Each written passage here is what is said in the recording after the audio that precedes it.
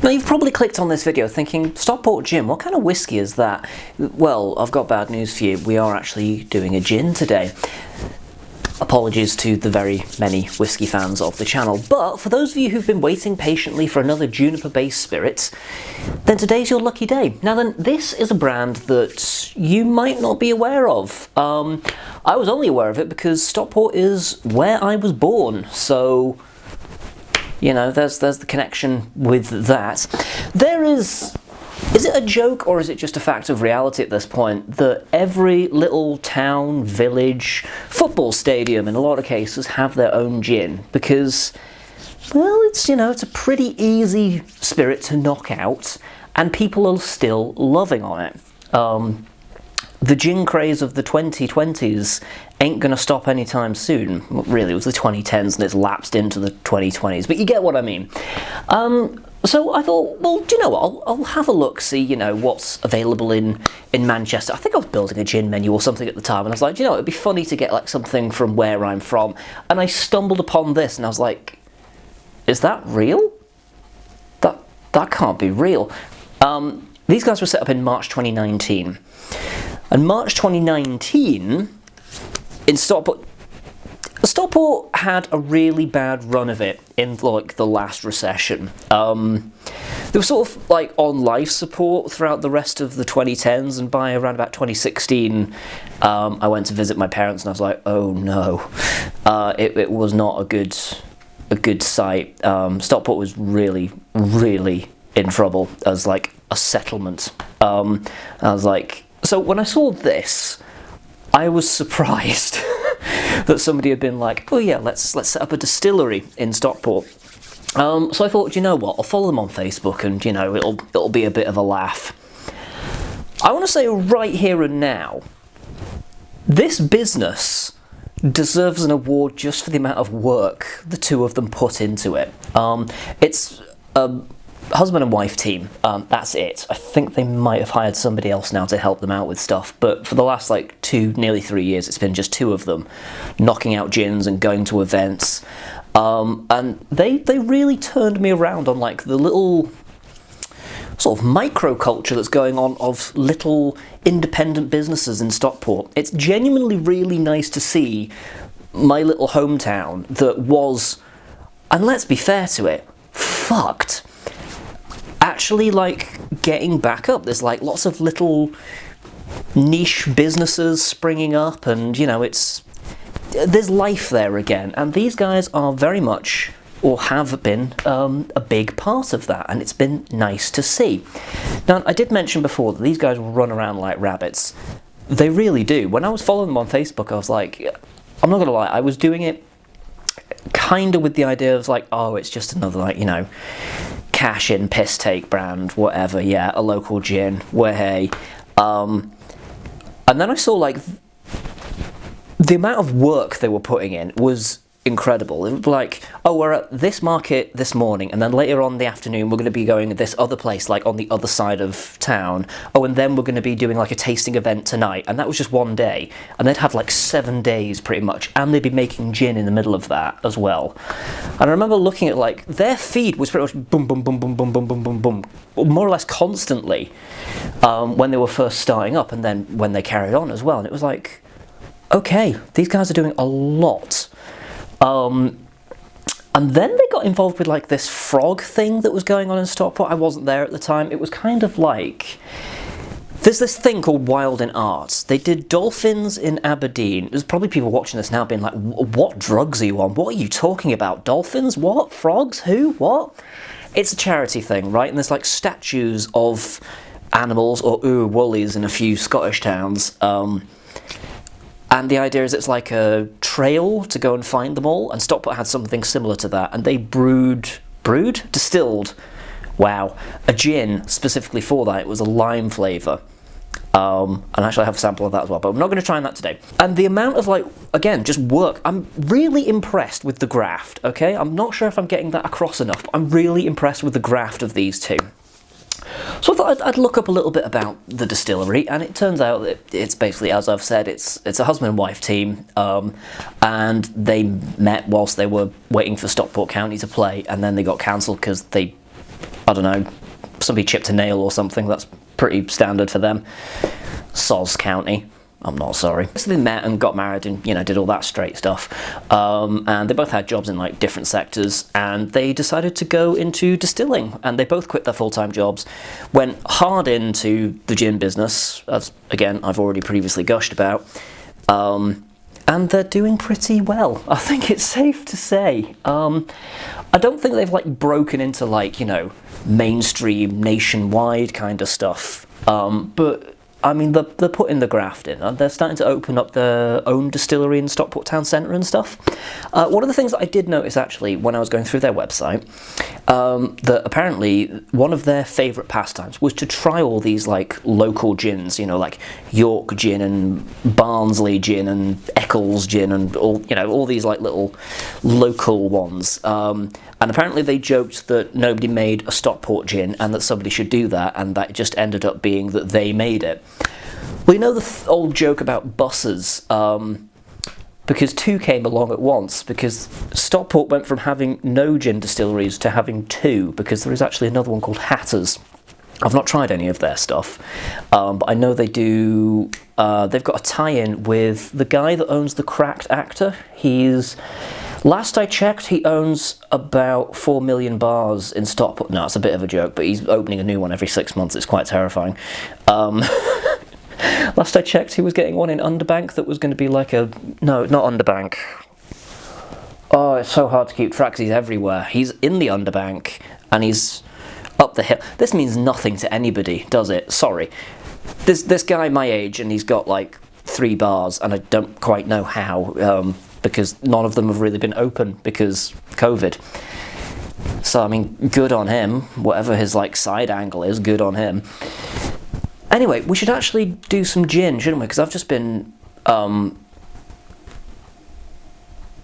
talking?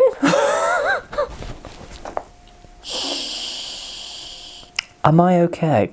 I've got a cute little miniature here. It's got a blue label and everything. It's got like gold gilding and all sorts of lovely stuff. I like the design. It's got Stockport Viaduct on it. I could tell you some facts about Stockport Viaduct, but I don't remember them, so I won't. It's a giant brick viaduct. Hang on. Oh yeah, it's got a dinky little cork. I like dinky little corks.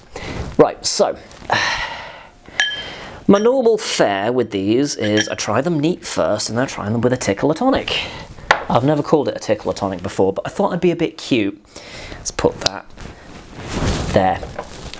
So, this is a standard one, 40%. The Pokemon card will have come up by now, I'm sure, and if it hasn't, then it's probably here now. Is this still recording? Okay, so, gin in the tumbler.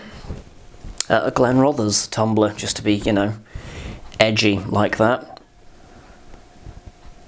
Ooh, it's really lemony. Yeah, super citrusy. It's like, hello, I'm a lemon. Bam. It's like lemon and black pepper. I know that combination because look up the business Mary's Milk Bar. You now know why I know that combination. That woman's a witch. It's a little bit pledgy. And I mean that as in like the cleaning solution, not like the things that they do in American universities. I feel like I've had a much better time in American universities. I'd have definitely had more sex in American university, judging by all the... Anyway, really bright, refreshing citrus on the nose, and a little bit of spice. Struggling to find the juniper, but that's okay. It's just so lemony. It's really bright and inviting as a smell. Also oddly distinct, because normally when I smell a gin, which is something I do loads, obviously. Link to the playlist. That's not actually a joke. I know I sound like I'm being sarcastic, but I mean, I do this way too much. Like, normally when I've like smelled gins, they always come through with like quite a piney influence. That's normally the juniper coming in, or sometimes they're a bit sweeter because they're like an Old Tom or something. But this is like so lemony without it being a lemon gin. I think I've actually smelled lemon gins that are less lemony than this. And that's impressive. I'm looking forward to trying this now, actually. I'm gonna have a sip neat, because why not? It's Monday. Interesting. You can have that neat. It is difficult And most don't bother to make a gin that is perfectly palatable as a sipper, because it's not the intended... It's probably not even been the intention with this, it's just sort of a happy accident that, do you know what, you could happily sip that and no harm will come to ye. The lemon carries on in the flavour, but it becomes like a lemon sherbet. It's like a little bit puckeringly sour, but then there's this lovely kind of like mellow sweetness to it as well. A little bit of black pepper on the finish. It's fairly simple. That's not an insult, because what it's doing simply, it's also doing really well. That's really nice. I was originally planning on doing this with a friend of mine who is also from Stockport, and he also likes his gin. And I held on to a bottle of this for about a year and a half, and now that we're coming out of lockdown, I suddenly got impatient and was like, do you know what, we're at the finish line, but I'm just gonna sit down and call it a day. Because I'm changeable like that. Because I think it's safe to say he was as sceptical about this as I was, possibly more so. It is, it's a wonderful like sherbety lemon flavour when you sip it neat, and there's a bit of black pepper on the finish. Simple components, but really well done. And you'd have no idea that you're drinking a 40% spirit. You'd struggle to know you were drinking a 20%. Do you know, it's bizarrely like, do you know, it's got almost kind of like a limoncello edge to it. Nowhere near as potent on the lemon flavour, but that's kind of what it's reminding me of. But I'm going to try it with some tonic water. So I'm going Merchant's Heart, not for any reason other than my nearest supermarket is trying to sell them off because no fucker will buy them. Hey, I've got to save money where I can. There we go. It's a bit more tonic than I'd probably normally put into a G&T. I go really easy on my G&T pours. I don't like too much tonic with them. Personal preference. Call a priest.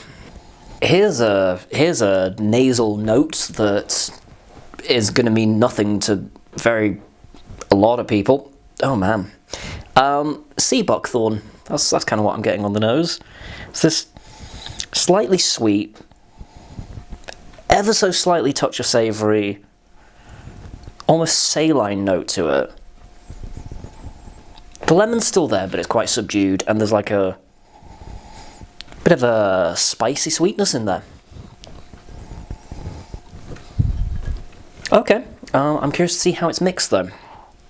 The lemon is still the most forward component. A little bit of the juniper comes through in kind of like this almost slightly sugary pine note. It's really different from like a classic juniper heavy London dry. This is, dare I say, more approachable. I just love, it's really bright and citrusy. I know I seem like a broken record when I say, oh, it's quite lemony and citrusy, but it just is. It's the character of the gin that I'm getting.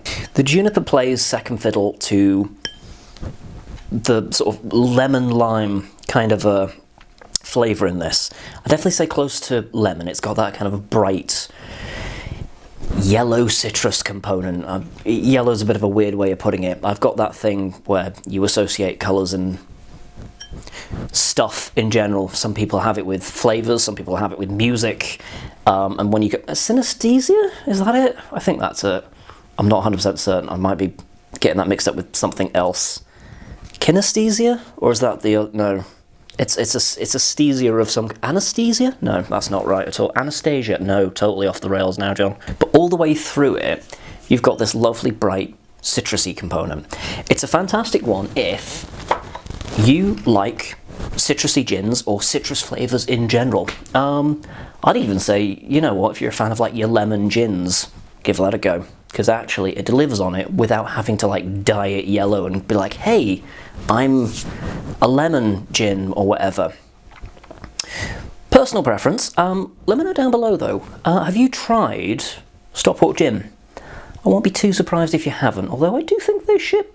This is not an ad, I will quickly say.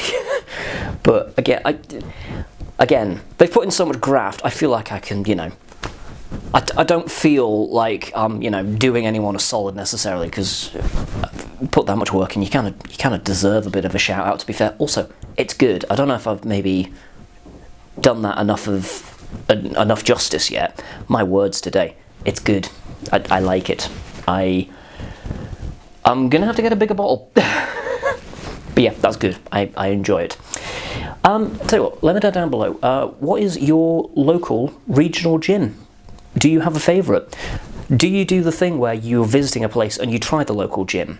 Have you had any pleasant surprises? Have you had any terrible ones? Did you know Stockport has 2 gin distilleries? Because that's still really fucking weird to me. Anyway, we'll leave it there. Thank you very much for watching. Thumb this video if you enjoyed it. If you feel like supporting the channel, there'll be links to all my begging things down below. And do join me next time, where I'll be drinking something else.